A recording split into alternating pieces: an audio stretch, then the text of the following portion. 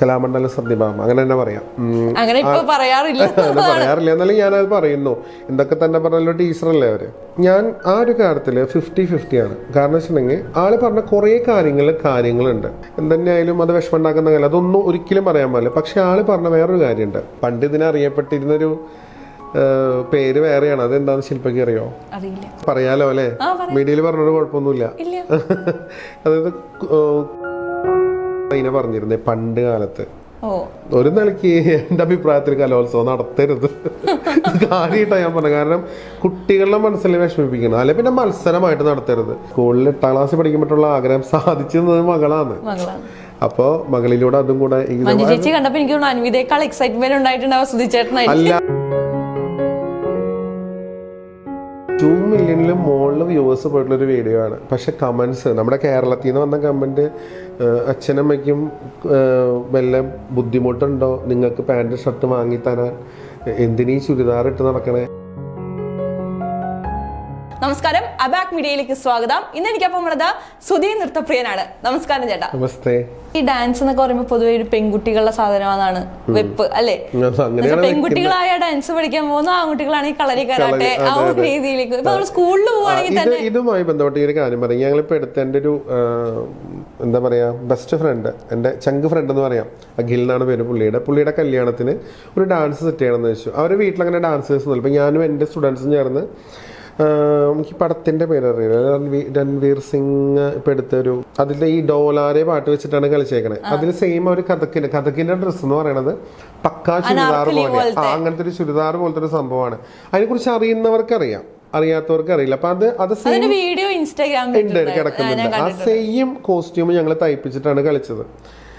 സംഭവം 2 മില്യണിലും മുകളിൽ viewers പോയിട്ടുള്ളൊരു video ആണ്. പക്ഷെ കമൻസ് നമ്മുടെ കേരളത്തിൽ നിന്ന് വന്ന കമൻറ്റ് അച്ഛനമ്മയ്ക്കും വല്ല ബുദ്ധിമുട്ടുണ്ടോ നിങ്ങൾക്ക് പാൻറ് ഷർട്ട് വാങ്ങിത്തരാൻ, എന്തിനീ ചുരിദാർ ഇട്ട് നടക്കണേ, എന്ത് ചുരിദാർ ഇട്ട് കളിക്കണേ, അത് ചുരിദാറാണെന്ന്. അപ്പോൾ ഞാൻ ആലോചിക്കാം നമ്മുടെ പക്ഷേ ഈ 2 മില്യൺ പോയതുകൊണ്ട് തന്നെ പുറത്തെ ആൾക്കാരെ കണ്ടിട്ട് അവരൊക്കെ ഭയങ്കരമായിട്ട് അപ്രിസിയേഷൻ തരുന്നുണ്ട്, നമ്മുടെ മലയാളികളല്ലാത്തവര്. അപ്പം ഇങ്ങനെ പെണ്ണുങ്ങളുടെ ഡ്രസ്സ് ഞാൻ ഒന്ന് ചോദിക്കട്ടെ, ഇപ്പോൾ ഒരു ഓണം സെലിബ്രേഷൻ വന്ന, ക്രിസ്മസ് സെലിബ്രേഷൻ വന്ന സ്കൂളുകളും കോളേജിലൊക്കെ പെൺപിള്ളേര് ഷർട്ടും മുണ്ട് കൊടുത്ത് ഷൂ ഇട്ട് ഡാൻസ് ചെയ്യും. ഒരു ബാഡ് കമന്റ് അതിന്റെ താഴെ ഉണ്ടാവില്ല. വാവ് സൂപ്പർ, ഇതാണ് കമന്റ്. അപ്പൊ എന്തുകൊണ്ട് അയ്യേ ഇവരെന്ത് ചെയ്യാം ആൺപിള്ളേരുടെ ഡ്രസ്സ് ഇടണം എന്ന് ചോദിക്കാതെ? ആൺകുട്ടികള് നമ്മൾ പെൺകുട്ടികളുടെ ഡ്രസ്സ് പോലും അല്ല നമ്മൾ ഇട്ടിരിക്കുന്നത് കഥക് ഡാൻസിന്റെ വേഷമാണ്. എന്നിട്ടും അതിന്റെ അടിയിൽ വന്ന് പറയുന്നത് ഇപ്പോൾ അതുപോലെ തന്നെ ഇപ്പോൾ ഒരു ക്രിക്കറ്റ് കളിക്കുന്ന ഒരു പെൺകുട്ടി ആവട്ടെ ആൺകുട്ടി ആവട്ടെ റോട്ടിൽ കൂടെ നടക്കുമ്പോൾ ജസ്റ്റ് ബോളൊക്കെ എറിയണ ഒരു ആക്ഷൻ കാണിച്ചിറക്കും. അപ്പോൾ അവർ നോർമലായിട്ട് കാണും. ഇപ്പോൾ ഡാൻസ് ചെയ്യുന്നൊരു പോയി എന്തെങ്കിലും കാര്യത്തിൽ ഇപ്പോൾ വല്ല ആലോചിക്കുന്നത് എന്നാൽ എന്തെങ്കിലും ഒരു മുദ്ര കാണിച്ചിട്ട് ആ നോട്ടത്തിലൊരു മാറ്റം വരും. അത് നേരെ പെൺകുട്ടികളെ കാണിച്ച പ്രശ്നമില്ല. അപ്പോൾ അത് ചിലവരെ മൈൻഡിൻ്റെ ആണ്. അത് അതൊന്നുമില്ല. ഇപ്പം ഞാൻ പറയട്ടെ, ഇപ്പം നമ്മുടെ ആന്ധ്രാപ്രദേശിലെ പ്രധാനപ്പെട്ട ഒരു നൃത്തകലാരൂപമാണ് കുച്ചിപ്പുടി. അവിടെ പണ്ട് കാലത്ത് ഇത് ചെയ്തിരുന്ന ആൺകുട്ടികൾ പെൺവേഷം കെട്ടിയിട്ടാ അങ്ങനെ അത് കളിച്ചിരുന്നേ. ഇപ്പൊ എങ്ങനെയാ അത് ഏറ്റവും കൂടുതൽ കളിക്കുന്നത് ആരാണ്? പെൺകുട്ടികളാണ്. അപ്പൊ ഞങ്ങൾ ആൺപിള്ളേർ ആരെങ്കിലും പരാതി പറയണ്ട. പെൺകുട്ടികളെക്കാൾ കൂടുതൽ ആൺകുട്ടികൾ തന്നെയാണ് ഈ ആൺകുട്ടികൾ ചെയ്യുന്നതിനെതിരെ പരാതി പറയുന്നത്. തീർച്ചയായിട്ടും. ഇപ്പൊ ഇന്നാളെ ഒരു സോഷ്യൽ മീഡിയയിൽ ഏതൊരു വീഡിയോക്കകത്ത് പറഞ്ഞ ഈ ആൺകുട്ടികൾക്ക് എന്തിനാ ഈ ഭരതനാട്യം കുച്ചിപ്പുടിയൊക്കെ ഈ നമ്മുടെ രാമകൃഷ്ണൻ സാറിന്റെ ഇഷ്യൂ വന്ന സമയത്ത് ഇവർക്ക് സിനിമാറ്റിക് ഡാൻസ് പഠിച്ചുകൂടെ? അങ്ങനെ ഏത് നിയമപുസ്തകം എഴുതി വെച്ചേക്കണേ ആൺകുട്ടികളെ? അതെ. അപ്പൊ ഈ ആൺകുട്ടികളെയും പെൺകുട്ടികളായാലും ഡാൻസ് നമ്മൾ തൊട്ടുമ്പോ പോയി കാലിൽ വീണ് നടരാജൻ ആണോ പെണ്ണ എന്താന്നപ്പോ അവര് പറയണേ. ഇവരെന്താ അക്സെപ്റ്റ്? ഇപ്പം ഞാൻ പറയട്ടെ, ഇപ്പം നേരത്തെ പറഞ്ഞ ഡ്രസ്സില് ഇപ്പം കൃഷ്ണന്റെ ഒരു ഫോട്ടോ എടുത്തു കഴിഞ്ഞാൽ നല്ല ഭംഗിയുള്ള കമ്മൽ കൃഷ്ണൻ ഇട്ടിട്ടുണ്ട് ഇല്ലേ, വള ഇട്ടിട്ടുണ്ട്, തള ഇട്ടിട്ടുണ്ട്, മൈലാഞ്ചി ഇട്ടിട്ടുണ്ട്. അപ്പൊ ഈ കൃഷ്ണന്റെ മുമ്പിൽ പോയി നിന്നിട്ടാണ് കൃഷ്ണ ഗുരുവായൂരപ്പം ഞങ്ങൾക്ക് നല്ലത് വരുത്തണയാണ് അല്ലേ? അപ്പൊ ഈ വേഷം കാണുമ്പോ കളിയാക്കാൻ തോന്നുന്നില്ലേ കൃഷ്ണ കാണുമ്പോ അവർക്ക്? അതെ അങ്ങനത്തെ ഒക്കെ തന്നെയാണ്. അപ്പൊ കമ്മല് മാല അതോ വാളൊക്കെ ഇട്ടിട്ട് തന്നെയാണ് നടക്കണേ. അപ്പൊ എന്തുകൊണ്ട് അയ്യോ പെണ്ണുങ്ങളെ പോലെ നിൽക്കുന്നു കൃഷ്ണൻ എന്ന് പറയുന്നില്ല? അവിടെ പോയിട്ട് എന്തിനീ ആഴ്ച നിൽക്കണേ? അപ്പൊ അതാണ് പറയണേ, അത് ഓരോരുത്തരും മൈൻഡിന്റെ അവര് തിങ്ക് ചെയ്യേണ്ടത്. രൺവീർ ഇട്ടപ്പോൾ ആർക്കും പ്രശ്നം ഉണ്ടായിരുന്നില്ല. അതെ, ഞാൻ അതിനകത്ത് ഒരാളുടെ കമന്റ് മറുപടി എടുത്തു, രൺവീർ സിംഗ് ഇട്ടപ്പോ ആഹാ, ഞങ്ങൾ ഇട്ടപ്പോ ഓഹോ, ഇതാണ് നിങ്ങളുടെ ഇത്. അപ്പൊ അതിന് കുറെ ലൈക്കും കിട്ടിയിട്ടുണ്ട് കമന്റിന്. അല്ല, നമുക്കതൊന്നും ബോധർ ചെയ്യേണ്ട കാര്യമില്ല, നമ്മള് മുന്നോട്ട് പോകാൻ. ഇനി അടുത്ത് ചോദിക്കാനുള്ളത് ഈ RLV സാറിന്റെ വിഷയത്തെ കുറിച്ചിട്ടാണ്. നമുക്കറിയാം സത്യഭാമ പറഞ്ഞ ഒരു കമന്റിന്റെ പുറത്ത് അത് വളരെ വലിയൊരു വിവാദമാവുകയും, പക്ഷെ ഈ സത്യഭാമ എന്ന് പറയുന്നത് ഒരുപാട് പേര് റെപ്രസെന്റ് ചെയ്യുന്ന ഒരാളല്ലേ, അങ്ങനെ തോന്നിയിട്ടില്ലേ? സത്യഭാമയുടെ കലാമണ്ഡലം സത്യഭാമ അങ്ങനെ തന്നെ പറയാം. അങ്ങനെ ഇപ്പൊ പറയാറില്ല എന്നാലും ഞാനത് പറയുന്നു. എന്തൊക്കെ തന്നെ പറഞ്ഞല്ലോ, ടീച്ചറല്ലേ അവര്, അപ്പൊ നമ്മൾ അതിങ്ങനെ പറയുന്നു. അവരിപ്പോൾ അന്നത്തെ ആ വിഷയത്തിൽ ഞാൻ ആ ഒരു കാര്യത്തിൽ 50-50 ആണ്. കാരണം വെച്ചിട്ടുണ്ടെങ്കിൽ ആള് പറഞ്ഞ കുറേ കാര്യങ്ങളുണ്ട്. ആള് പറയാൻ പാടില്ലാത്ത കുറേ വാക്കുകളുണ്ടായിരുന്നു. അതിപ്പോൾ ഈ കാക്കയുടെ നിറം അങ്ങനെ അതൊന്നും ഉപയോഗിക്കരുത്. അത് ബോഡി ഷെയ്മിങ് തന്നെയാണ്. എന്തുതന്നെയായാലും അത് വിഷമമുണ്ടാക്കുന്ന കാര്യം, അതൊന്നും ഒരിക്കലും പറയാൻ പാടില്ല. പക്ഷെ ആള് പറഞ്ഞ വേറൊരു കാര്യമുണ്ട്, പെൺകുട്ടികൾ മോഹിനിയാട്ടം കളിക്കുന്നതിൻ്റെ ഭംഗി ആൺകുട്ടികൾക്ക് ഇല്ല, അങ്ങനെയാണ് ഇങ്ങനെയാണ്, അതുകൊണ്ട് ആൺകുട്ടികൾ കളിക്കാൻ പാടില്ല. ആൺകുട്ടികൾ കളിക്കാൻ പാടില്ല എന്ന് ആള് പറയണ്ട, അത് പറയേണ്ട കാര്യം ആൾക്കില്ല. പക്ഷേ ആൾ പറഞ്ഞൊരു കാര്യം ഉള്ളതെന്ന് പറയണത്, മോഹിനിയാട്ടം ആ ഒരു വേഷത്തിൽ കാണുന്നത് തന്നെയാണ് ഭംഗി. എൻ്റെ ഒരു അഭിപ്രായ പ്രകാരം ആ മുടി കൂടെ കെട്ടിവെച്ച് ആ ഒരു മോഹിനിയാട്ടത്തിൻ്റെ ഒരു വേഷം ഉണ്ടല്ലോ, ഒരു കേരളത്തിൻ്റെതായതൊരു വേഷം ഉണ്ടല്ലോ, അത് ആ ഒരു വേഷത്തിൽ മോഹിനിയാട്ടം കാണുന്നത് തന്നെയാണ് ഭംഗി. എനിക്ക് പലപ്പോഴും ആൺപിള്ളേരിപ്പോൾ ഞാൻ ഒരു തവണ കളിച്ചിട്ടുണ്ട് ഈ മോഹിനിയാട്ടം. അത് പെൺവേഷം കെട്ടിയിട്ടല്ല, നമ്മൾ നോർമൽ ആൺപിള്ളേർ. പക്ഷെ എനിക്ക് പോലും അതൊരു അല്ല, നമ്മൾ ചെയ്യുന്നത് ഈ ശൃംഗാരഭാവത്തിലുള്ള കൂടുതൽ കാര്യങ്ങൾ അതിന് ചെയ്യുമ്പോൾ അത് ശരി തന്നെയാണ്. വന്നിരിക്കുമ്പോഴും ഓരോ കാര്യങ്ങൾ എഴുതുമ്പോഴും ഇങ്ങനെ ചെയ്യുമ്പോഴൊക്കെ എനിക്കും തോന്നിയിട്ടുള്ളൊരു കാര്യമാണ്. അത് ആ ആൺകുട്ടികൾ കളിക്കുമ്പോഴും പെൺവേഷം കെട്ടി കളിക്കട്ടെ, അങ്ങനെ പറയാമായിരുന്നു ആൾക്ക്. ഇപ്പോൾ ആ ഒരു വേഷത്തിൽ പല കാര്യങ്ങളും കാണുന്നതും തനത് ആ മോഹിനിയാട്ടത്തിൻ്റെ വേഷത്തിൽ കാണുന്ന ഭംഗി എന്തായാലും ഇല്ല. ഞാൻ അങ്ങനെ ചിന്തിക്കുന്ന ഒരാളാണ്, എനിക്ക് അങ്ങനെ കാണുന്നത് തന്നെ ഇഷ്ടം ആ കാര്യത്തിൽ. അതുകൊണ്ട് സത്യഭാമ പറഞ്ഞ കുറച്ച് കാര്യങ്ങളോട് ഞാൻ യോജിക്കുന്നു പറഞ്ഞാൽ ഇതാട്ടോ, അല്ലാണ്ട് മറ്റേതല്ല. അതായത് കറുത്തിട്ട് അതൊക്കെ അവർ പറയാൻ പാടില്ലായിരുന്നു. പിന്നെ സത്യഭാമ എന്ന് പറയുന്ന അവരെയാണ് ഞാൻ വീണ്ടും പറയുന്നത്, ഞാൻ വല്ലാണ്ട് കുറ്റം പറയുന്നില്ല. കാരണം അവരത് തുറന്നു പറഞ്ഞതുകൊണ്ട് എയറിൽ കയറി വൈറലാക്കി എല്ലാവരും കൂടിയിട്ട്, അല്ലേ? സത്യഭാമയുടെ അപ്പുറത്തെ ജനങ്ങൾ ഇപ്പോഴും ഉണ്ട് നമ്മുടെ ലോകത്ത്. അവരത്രേ പറഞ്ഞുള്ളൂ, അതിലും മേലെ പറയുന്ന ആൾക്കാരുണ്ട്. ഈ പറയുന്ന പോലെ തന്നെ എനിക്കൊരു പുരസ്കാരം കിട്ടിയപ്പോൾ ഞങ്ങളുടെ വീടിൻ്റെ അടുത്തൊരു കടയിൽ ഇതിനെക്കുറിച്ച് ആരോ സംസാരിച്ചപ്പോൾ എന്തായാലും എന്താ ഈ ആ ചെക്കനല്ലേ ഇത്, നമ്മളെ കളർ ഇതൊക്കെ ബേസ് ചെയ്തിട്ട് അവർ പറയണേ. അപ്പം അവർ ആ പുരസ്കാരത്തിന് അപ്പോൾ ഒരു വാല്യൂ ഇല്ല അവിടെ, അല്ലേ? അവർ പറയണവർ പറഞ്ഞോട്ടെ, കുഴപ്പമൊന്നുമില്ല. സത്യഭാമയുടെ കേസിൽ എനിക്ക് ഇത്ര ഇനി പറയാനുള്ളൂ, വേറെ പ്രത്യേകിച്ചൊന്നുമില്ല. അത് ആ ഒരു മോഹിനിയാട്ടം എന്ന് പറയുന്നത് സ്ത്രീയുമായി ബന്ധപ്പെട്ട് നിൽക്കുന്ന ഒരു നൃത്തരൂപം, അങ്ങനെ എന്തെങ്കിലും മോഹിനിയാട്ടത്തിന്റെ ആദ്യത്തെ സാധാരണ എന്താ പറയാ, പണ്ട് ഇതിനെ അറിയപ്പെട്ടിരുന്നൊരു പേര് വേറെയാണ്. അതെന്താന്ന് ശില്പയ്ക്ക് അറിയോ? അറിയില്ല അല്ലേ? അതായത് പറയാലോ അല്ലേ, മീഡിയയിൽ പറഞ്ഞൊരു കുഴപ്പമൊന്നുമില്ല. അതായത് കൂത്തിച്ചിയാട്ടം എന്നാണ് അതിനെ പറഞ്ഞിരുന്നത് പണ്ട് കാലത്ത്. അത് അതിൽ നിന്നാണ് ഇങ്ങനെ പോകുന്നത്. അത് അന്ന് അത് കുറേ ഉണ്ട്, അത് ഡെഫിനേഷൻ കുറേ ഉണ്ട്, പറയാനെന്താ കുറേ ഉണ്ടാവും. അപ്പോൾ അവിടെ നിന്നാണ് പിന്നെ ഇങ്ങനെ മോഹിനിയാട്ടത്തിലേക്ക് ഇത്രയും ഭംഗിയുണ്ട്. പണ്ട് കാലത്ത് അങ്ങനെ അറിയപ്പെട്ടിരുന്ന ഒരു നൃത്തമായിരുന്നു ഈ മോഹിനിയാട്ടം. പിന്നെയാണ് അതിപ്പോ അങ്ങനെ ആയത്. അതെ അങ്ങനെ ആയി. അതങ്ങനെയായിരുന്നു പണ്ട്. ഈ വേഷവിധാനം പോലും ഇങ്ങനെയല്ലായിരുന്നു എന്നാ പറയണത് അതിന്റെ.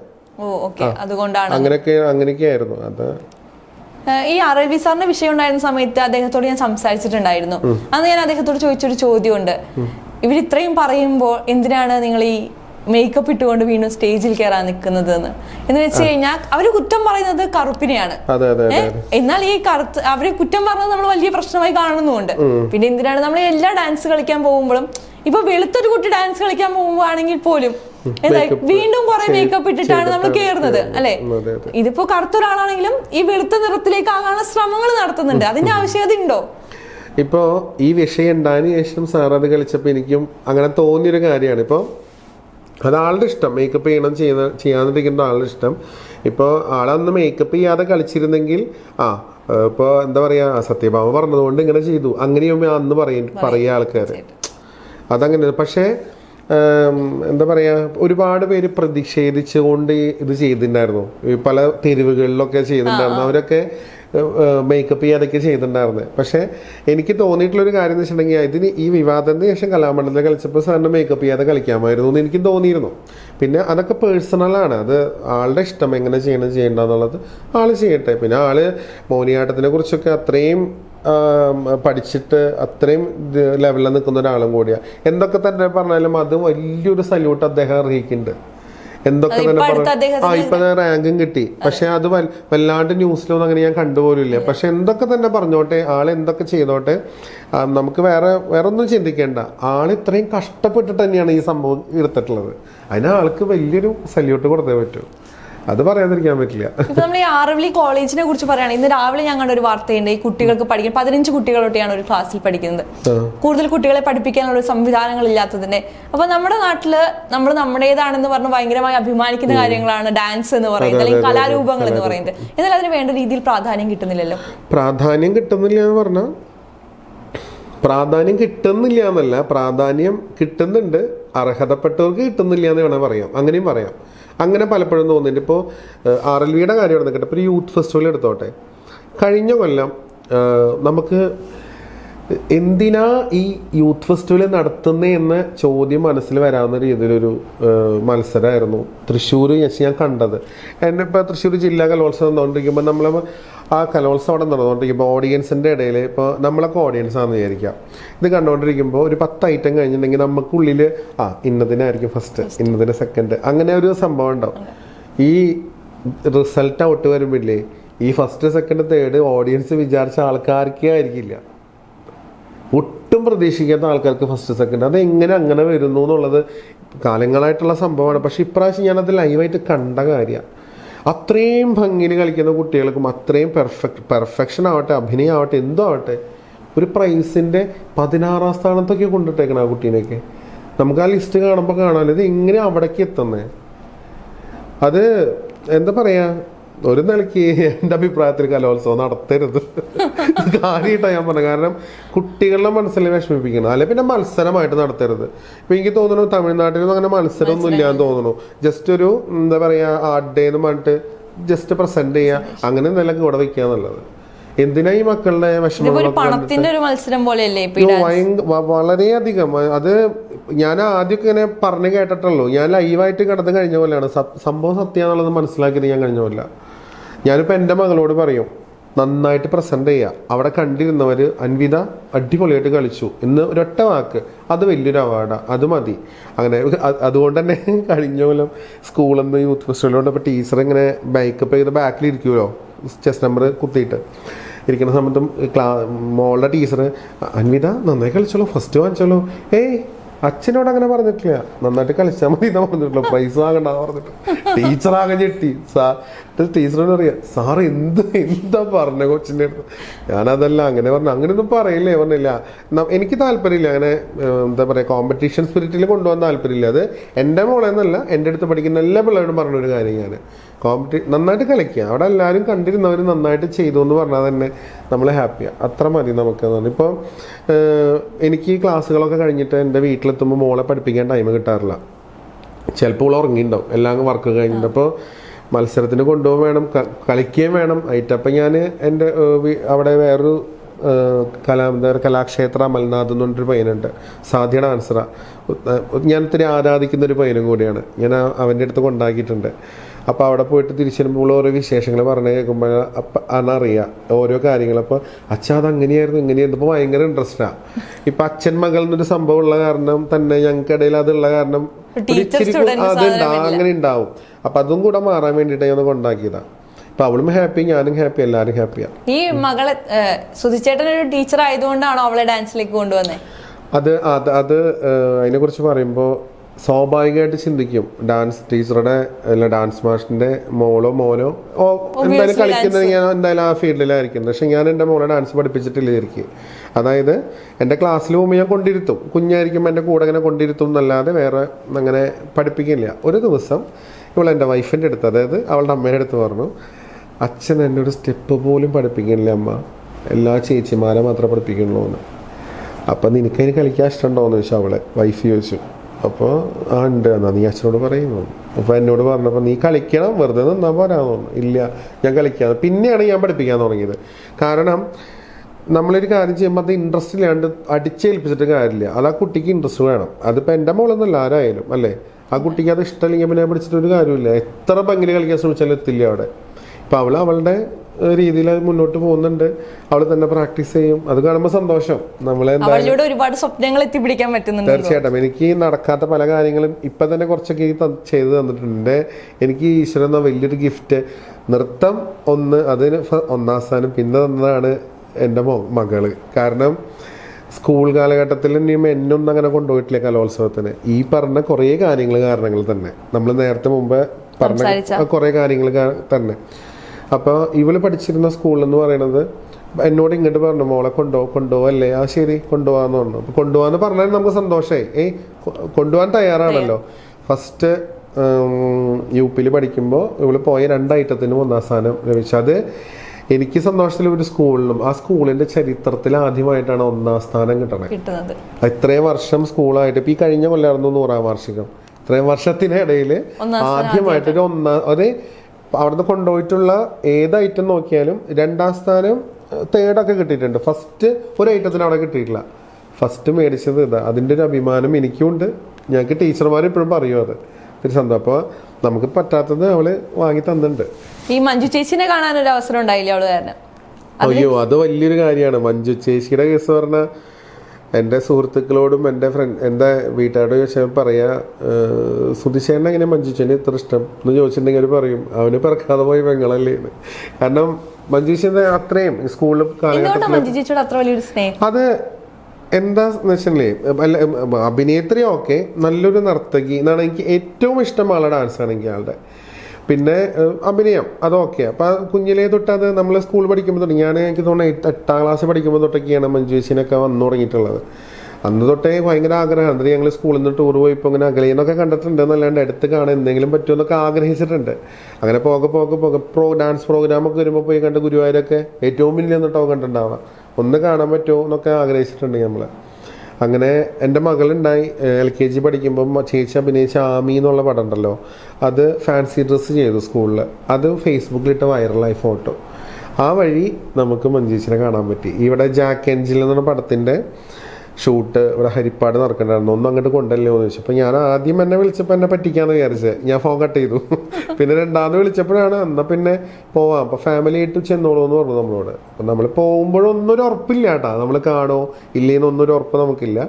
അവിടെ ചെന്ന് അവിടെ ഹോട്ടലിൽ വെയിറ്റ് ചെയ്ത് ചേച്ചി വണ്ടി ഇറങ്ങി വരുന്നത് കണ്ടപ്പോഴാണ് ഇത് സത്യമാണല്ലോ എന്നാണ് പറഞ്ഞത്. അതായത് മോളോട് കുറേ സംസാരിച്ചു, നമ്മളോട് സംസാരിച്ചു. അപ്പോൾ എൻ്റെ അത്രയും സ്കൂളിൽ 8ാം ക്ലാസ്സിൽ പഠിക്കുമ്പോഴുള്ള ആഗ്രഹം സാധിച്ചത് മകളാണ്. അപ്പോൾ മകളിലൂടെ അതും കൂടെ അല്ല, അതെ സീരിയസ്ലി എൻ്റെ വൈഫ് തല കറങ്ങി വീഴരുത് എൻ്റെ അടുത്ത് പറഞ്ഞത്. കാരണം അറിയാം മറ്റേ ഹവോൾഡാറി പടം പോലെ അവരത് വീഴരുത്, എനിക്ക് പൊക്കാൻ വയ്യ നിങ്ങളെ. അതെ വൈഫ് ഇങ്ങനെയാണ്, നമ്മുടെ പോലെയല്ല. അപ്പോൾ ആൾക്ക് ഭയങ്കര. അപ്പം ഞാൻ പറഞ്ഞു നീ എന്നെ ഒന്ന് പിടിച്ചു തന്നോളാൻ പറഞ്ഞു. ഞാൻ പറയാൻ പറ്റില്ല ആ എക്സൈറ്റ്മെൻറ്റോടെ എന്താ ചെയ്യാൻ അറിയില്ല. ആ ചേച്ചി എന്ന് വെച്ചാൽ ഭയങ്കര ജീവൻ എനിക്ക്. അതിപ്പോഴും അതെ.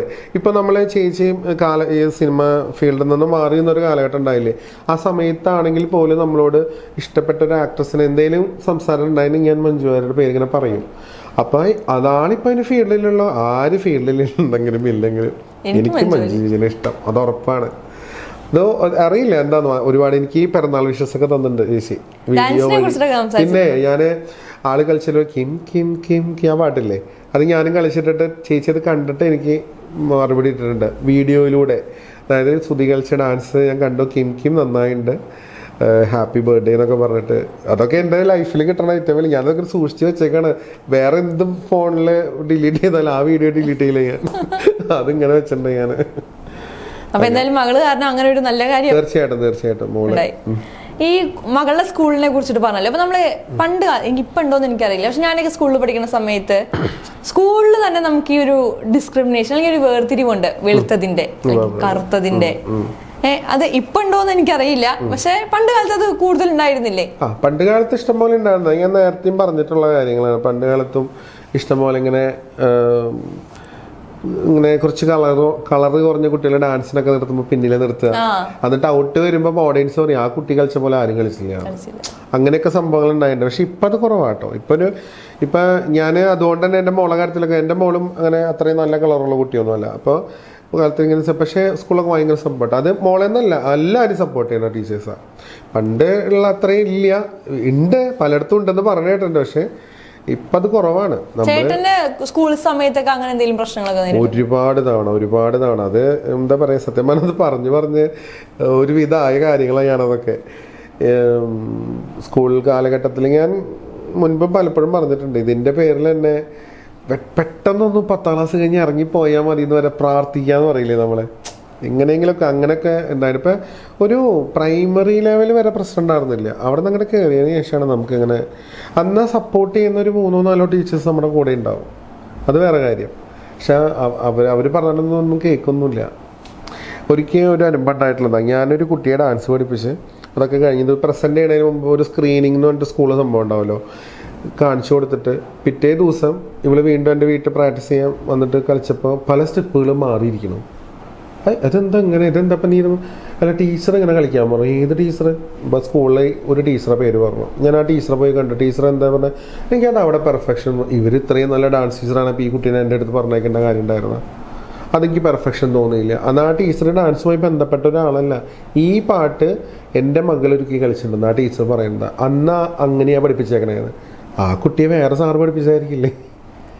അപ്പം അങ്ങനെയൊക്കെ ഇപ്പോൾ ഇവർ എന്താ പറയുക, അങ്ങനെ പറയാതെ പറയാന്ന് പറയില്ല, അങ്ങോട്ട് പോവണ്ടാന്ന് ഇല്ലേ, ആ ഒരു സംഭവം അതൊക്കെ ഞാൻ അനുഭവിച്ചിട്ടുണ്ട് സ്കൂളിൽ നിന്ന്. പഠിക്കുന്ന കാലഘട്ടത്തിൽ പ്രശ്നങ്ങൾ കുട്ടികളെ പഠിപ്പിക്കുമ്പോഴല്ല, ചേട്ടൻ പഠിക്കുന്ന സമയത്തൊക്കെ അതാ ഞാൻ പറഞ്ഞേ, ഞാൻ പഠിക്കുന്ന സമയത്തും പഠിപ്പിക്കുന്നുണ്ട്. ഞാൻ സത്യത്തിൽ ഡാൻസ് പഠിപ്പിക്കാൻ തുടങ്ങുന്നത് ഞാൻ 7ാം ക്ലാസ്സിൽ പഠിക്കുമ്പോൾ പഠിപ്പിക്കാൻ തുടങ്ങിയിട്ടുണ്ട്. ഞാൻ 7ൽ പഠിക്കുമ്പോൾ എൻ്റെ സീനിയർ ചേച്ചിമാരെ ഉണ്ടല്ലോ സ്കൂളിൽ 10ലും 9ലൊക്കെ അവരെ പഠിപ്പിച്ചിട്ടുണ്ട്. എൻ്റെ ക്ലാസ്സിലെ പെൺകുട്ടികളെ പഠിപ്പിച്ചിട്ടുണ്ട്. ഇപ്പോഴും എന്താ പറയുക, ഞങ്ങളുടെ ഗ്രൂപ്പ് 10ാം ക്ലാസ്സിൻ്റെ ഗ്രൂപ്പ് ഇപ്പോഴും ഇടയ്ക്ക് പറയുന്ന ഒരു കാര്യമാണ്. ഞങ്ങളുടെ ഭയങ്കര എന്താ പറയുക ഹിറ്റായൊരു ഡാൻസായിരുന്നു ഹിറ്റ്ലറിലെ പാട്ട്. ഒരു പാട്ടുണ്ടായിരുന്നില്ലേ, അക്കരെ നിക്കണ ചിക്കാത്, അത് ഞാൻ ഇവരെ പഠിപ്പിച്ച് അവർ ഭയങ്കര ഹിറ്റാക്കി തന്നതാണ്. അത് ഇപ്പോഴും പറയും. ഇപ്പൊ ഗെറ്റ് ടുഗദർ ഉണ്ടെങ്കിൽ അത് കളിക്കണം എന്ന് പറഞ്ഞിരിക്കണ്ടല്ലോ. ഓർമ്മയൊന്നുമില്ല ആർക്കും, പക്ഷെ അത് കളിക്കുകയാണ്. നിനക്ക് വേണ്ടി ഞങ്ങൾ കളിക്കുന്നത്. ഭയങ്കര ഇതാണ്.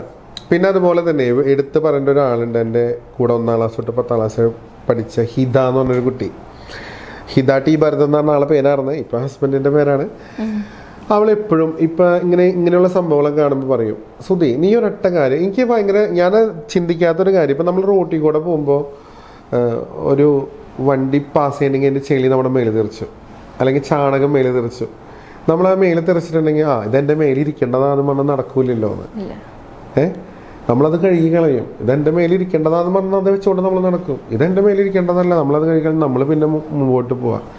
ഇത് ചിന്തിച്ചാൽ മതി പലയിടത്തെന്ന് പറയാറുണ്ട്. ഞാനത് സത്യമാണത്. ഇപ്പം ഈ നെഗറ്റീവൊക്കെ വരുമ്പോൾ അവരിരുന്ന് എറിഞ്ഞോട്ടെ, വേണ്ടിയണ്ട പോവന്നെ. അതുകൊണ്ട് ഹിത പറഞ്ഞ കാര്യം ഇപ്പോഴും എൻ്റെ ഉള്ളിൽ ഇങ്ങനെ ഇടയ്ക്കിടയ്ക്ക് ഇങ്ങനെ വരും. അപ്പം അവളിങ്ങനെ വിളിക്കുമ്പോഴൊക്കെ പറയും, നീ അത് മറന്നു പോകരുതിട്ടാന്ന് പറയും. ഭയങ്കര ഒരു നല്ലൊരു സുഹൃത്താണ്. ഭാര്യ എങ്ങനെയാണ് സപ്പോർട്ടൊക്കെ? പിന്നെ ഭാര്യയാണ് എൻ്റെ കല്യാണം കഴിക്കുന്നതിന് മുന്നേ ചേട്ടൻ ഡാൻസർ ആണല്ലോ. അതെ അതെ. അപ്പൊ ഡാൻസർ ആണെന്നൊക്കെ പറഞ്ഞിട്ടാണോ കല്യാണം? തീർച്ചയായിട്ടും.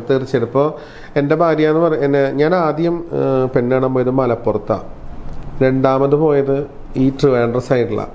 ഞാൻ കല്യാണം കഴിച്ചത് എൻ്റെ വീടിനാണ് 2ാമത്തെ സ്റ്റോപ്പ് ചെയ്തത്. അതാണ്, ഞങ്ങൾക്ക് അറിയില്ല, പലരുടെ വിചാരം ഞങ്ങൾ ലവ് മാരേജ് ആണെന്നാണ്. പക്ഷെ അല്ല, കണ്ടിട്ടൊന്നുമില്ല. എൻ്റെ ഒരു കസിൻ വഴിയാണ് നമ്മൾ കാണുന്നതും ശരിയാവണതും. ഇപ്പോൾ ഞാൻ ഫസ്റ്റ് ഡേ തന്നെ, അതായത് പെണ്ണ് കാണാൻ പോയാന്ന് തന്നെ പറഞ്ഞിട്ടുണ്ടായിരുന്നു. എനിക്ക് പെണ്ണ് കാണാൻ പോയതിന് വേറെ ഒരു ഇൻസിഡന്റ് എന്ന് പറഞ്ഞാൽ, ഞാൻ ഇവളെ പെണ്ണ് കണ്ടത് റോട്ടി വെച്ചിട്ടാണ്. അപ്പം ഞാനും അമ്മയും എൻ്റെ ബൈക്കുമ്മ, ചേട്ടനും ഏടത്തിയും അവരെ ബൈക്കുമ്മ ഇങ്ങനെ വരപ്പോൾ ഒരു കുട്ടീനെ കണ്ടു. ഇന്നയാളുടെ വീട് ചോദിച്ചു.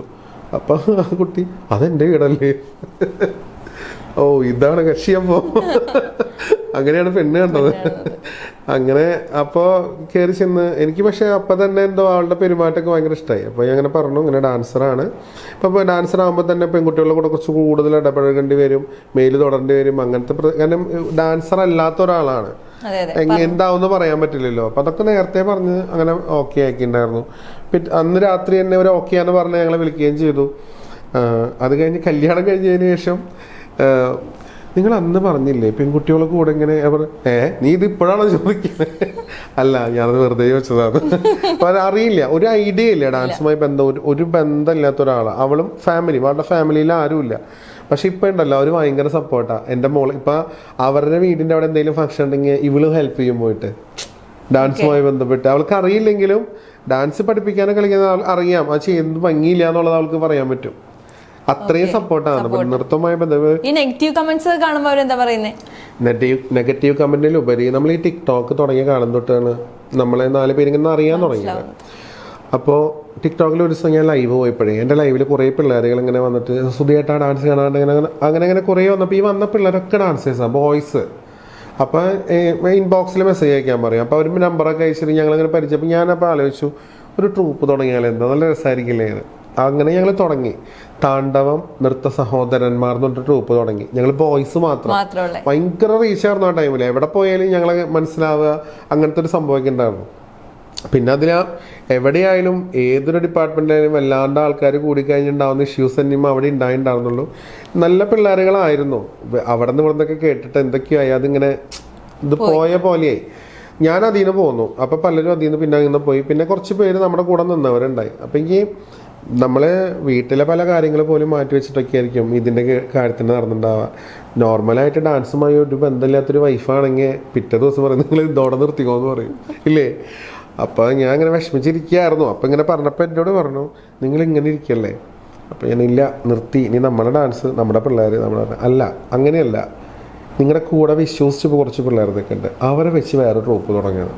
വേറൊരാളത് പറയില്ല, ഇനി ആലോചിച്ചിട്ടാണ് അതുകൊണ്ട് നിങ്ങൾ തുടങ്ങുക, അങ്ങനെ വേറെ ട്രൂപ്പ് തുടങ്ങുക, ഇത് നിർത്തി പോകരുത്. എനിക്ക് വിഷമം അതെന്ന് പറഞ്ഞു. അപ്പോൾ എനിക്ക് ഭയങ്കര സന്തോഷമായി. നമ്മളെ കൂടെ സഹധർമ്മിണിയാണ് ഈ പറയുന്നതല്ലേ. എന്നാൽ പിന്നെ അങ്ങനെ ആവാതാണ്. പിന്നെ ഞങ്ങൾ ബോയ്സ് മാത്രമാക്കില്ല, ഗേൾസിനും ചേർന്നു. അങ്ങനെ ഒരു ട്രൂപ്പ് തുടങ്ങി, ഭരതലാസ്യ എന്ന് പറഞ്ഞിട്ട്. അതിൽ ഈ ഭരത മീൻസ് ബോയ്സ് ആണ്, ലാസ്യ മീൻസ് ഗേൾസ്. അങ്ങനെ അത് നമ്മുടെ മഞ്ജു സുനിച്ചനാണ് ഉദ്ഘാടനം ചെയ്തത്. ഞങ്ങളുടെ അവിടെ വന്നിട്ട്, കരുവന്നൂരാണ് എൻ്റെ വീട്, അവിടെ വന്നിട്ട് ഉദ്ഘാടനം ചെയ്തത്. മഞ്ജു സുനിച്ച് എന്നെ പരിചയപ്പെട്ടത് ടിക്ടോക്കിലൂടെ എന്നെ കാണണമെന്ന് പറഞ്ഞ് ആളെൻ്റെ ഒരു ഡാൻസൊക്കെ പഠിച്ചിട്ടുണ്ടായിരുന്നു സ്റ്റാർട്ടിങ്ങിലെ. ആള് ഉദ്ഘാടനം ചെയ്തു. നല്ലൊരു ചേച്ചിയാട്ടാ. അവിടെ നിന്ന് അങ്ങോട്ട് വെച്ചടിക്കായിട്ട് തന്നെയാണ് ഭരതലാസ്യക്ക്. തമാശയ്ക്ക് വിഷമം മാറാൻ വേണ്ടി തുടങ്ങിയ ട്രൂപ്പ് ഇന്ന് സംഗീത നാടക അക്കാദമി അംഗീകാരം ലഭിച്ചിട്ടുള്ള ട്രൂപ്പാണ്. ഞങ്ങളിപ്പോൾ യാത്ര ഇങ്ങനെ പോയിക്കൊണ്ടിരിക്കുന്നു. അപ്പൊ അത്രയും സപ്പോർട്ടാണ് വൈഫ് പ്രിയങ്ക എന്നാണ് പേര്. പ്രിയാന്ന് വിളിക്കും. ഓക്കെ, ഇനി ഒരു ചോദ്യം കൂടി ചോദിച്ച് നമുക്ക് നിർത്താം. ഇപ്പൊ നമുക്കറിയാം, ഇപ്പൊ ചേട്ടൻ ഇതിനെ നേരിടുന്ന പോലെ അല്ല എല്ലാവരും നേരിടുന്നത്. ഇപ്പൊ നമുക്കറിയാം സൈബർ ബുള്ളിങ് കാരണം ഒരു കുട്ടി കഴിഞ്ഞ ദിവസം മരിക്കുന്ന ഒരു സംഭവം നമ്മൾ കണ്ടു. അങ്ങനെ ഒരുപാട് പേർക്ക് അത് താങ്ങാനുള്ള ഒരു ശേഷിയില്ല. എന്താണ് ചേട്ടൻ ഇവരോടൊക്കെ പറയാനുള്ളത്? അതായത് ഒരുപാട് വിഷമമുണ്ടാക്കിയ ഒരു കാര്യമാണ് ആ കുട്ടിയുടെ പോയത്. അത് നമ്മൾ എന്താ പറയുക, നമ്മൾ വീഡിയോ ചെയ്യുന്നവരോട് എനിക്ക് പറയാനുള്ളത് എന്താ വെച്ചാലേ, എന്തും ആക്സെപ്റ്റ് ചെയ്യാം, എല്ലാം ഉണ്ട് ഈ ലോകം എന്ന് പറയുന്നതാണ്. അതൊക്കെ നമുക്ക് തരണം ചെയ്യാനൊരു ഉറപ്പുണ്ട് എന്നുണ്ടെങ്കിൽ മാത്രം ചെയ്യാന്നുള്ളതൊന്ന്. പിന്നെ കമൻറ്റ് ബോക്സ് ഓൺ ചെയ്ത് ഇടാം, അത് ഓഫ് ചെയ്ത് ഇടാം. അത് ഓൺ ചെയ്തിട്ടാലാണ് ഇങ്ങനത്തെ ഉള്ള സംഭവങ്ങൾ വരുന്നത്. ഓഫ് ചെയ്തിട്ടുണ്ടെങ്കിൽ നമുക്കതൊന്നും കാണാൻ പറ്റില്ല. ഓൺ ചെയ്തിട്ടാണ് ഈ വരണത്. അതിൽ വരുന്ന കമൻറ്റുകൾ ഇത് നമ്മൾ ഈ നെഗറ്റീവ് വരുന്ന കമൻറ്റുകൾ ഒരു 10 ഉണ്ടെങ്കിൽ ഇത് ഇരുന്ന് വായിച്ച് ഇത് വീണ്ടും വായിച്ച് വിഷമിക്കണം എന്തിനാ, അല്ലേ? അത് അവോയ്ഡ് ചെയ്യുക. അത് അല്ലെങ്കിൽ പിന്നെ ഓഫ് ചെയ്തിടാം. ഇങ്ങനത്തെ ഒക്കെ അക്സെപ്റ്റ് ചെയ്യാൻ പറ്റുന്നുണ്ടെങ്കിൽ മാത്രം നമ്മളത് ഓൺ ചെയ്തിട്ട് ഇട്ടാൽ മതി. ഇപ്പം ഞാനൊക്കെ മരിച്ച് പോയി വാർഷികം ആഘോഷിക്കേണ്ട സമയം കഴിഞ്ഞു. സീരിയസ്ലി പറയണ്ട അങ്ങനെയൊക്കെ നോക്കുകയാണെങ്കിൽ. പിന്നെ ആ കുട്ടി പക്ഷെ ബോൾഡായിരുന്നു. ഇത് മാത്രമല്ല ആളുടെ പ്രശ്നമായിരുന്നു. അതുകൊണ്ടാണ് അത് അങ്ങനെ പറ്റിപ്പോയത്. ഒരുപാട് വിഷമം ഉണ്ടാക്കുന്ന കാര്യം. ഇപ്പോൾ എന്താണ് കിട്ടിയത്? ഇപ്പം ഇങ്ങനെയൊക്കെ ബുള്ളിങ് നടന്നിട്ട് അവർക്ക് കിട്ടിയത് ഇപ്പം എന്താ? എന്ത് സന്തോഷം അവർക്ക് കിട്ടിയത്? ഇപ്പം ആ കുട്ടി പോയി. ഇപ്പൊ അതിൽ കമന്റ് ഇട്ടവർക്കൊക്കെ ഹാപ്പി ആയി ഉണ്ടാവും. വേറെ കമന്റ് ഇടാൻ തുടങ്ങിയിട്ടുണ്ട്.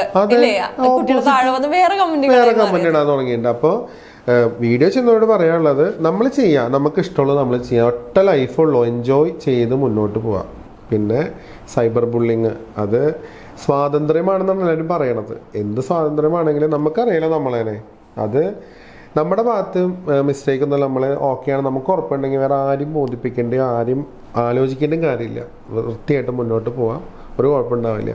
പരമാവധി എന്താ പറയുക, നെഗറ്റീവ് ആവാതിരിക്കുക, ഹാപ്പി ആയിട്ടിരിക്കുക, സ്ട്രോങ് ആയിട്ടിരിക്കുക. എപ്പോഴും പറഞ്ഞ പോലെ എൻജോയ് കറോ ബ്രോ. അത്രയേ ഉള്ളൂ. എന്തായാലും ഒരുപാട് നന്ദിയുണ്ട് ചേട്ടാ, ഒരുപാട് പേർക്ക് മോട്ടിവേഷൻ ആവുന്നതിൽ. കാരണം എനിക്ക് തോന്നുന്നു ചേട്ടന്റെ വീഡിയോ കണ്ട് ഇതിലേക്ക് വരാൻ വേണ്ടിയുള്ള ധൈര്യം കിട്ടുന്ന ഒരുപാട് പേരുണ്ടെന്ന് ഞാൻ വിശ്വസിക്കുന്നുണ്ട്. കാരണം ചേട്ടന്റെ കമന്റ് ബോക്സ് ഞാൻ കുറച്ച് മുന്നത്തെ പഴയ വീഡിയോസ് നോക്കുമ്പോൾ കാണുന്ന കമന്റുകളല്ല ഞാൻ ഇപ്പൊ കാണുന്നത്. വളരെ പോസിറ്റീവായ കമന്റുകളാണ് ലേറ്റസ്റ്റ് ആയിട്ടുള്ള എല്ലാ വീഡിയോകളും കാണുന്നത്. മേ ബി ചേട്ടൻ ഇങ്ങനെ സംസാരിക്കുന്നത് കൊണ്ടാവാം.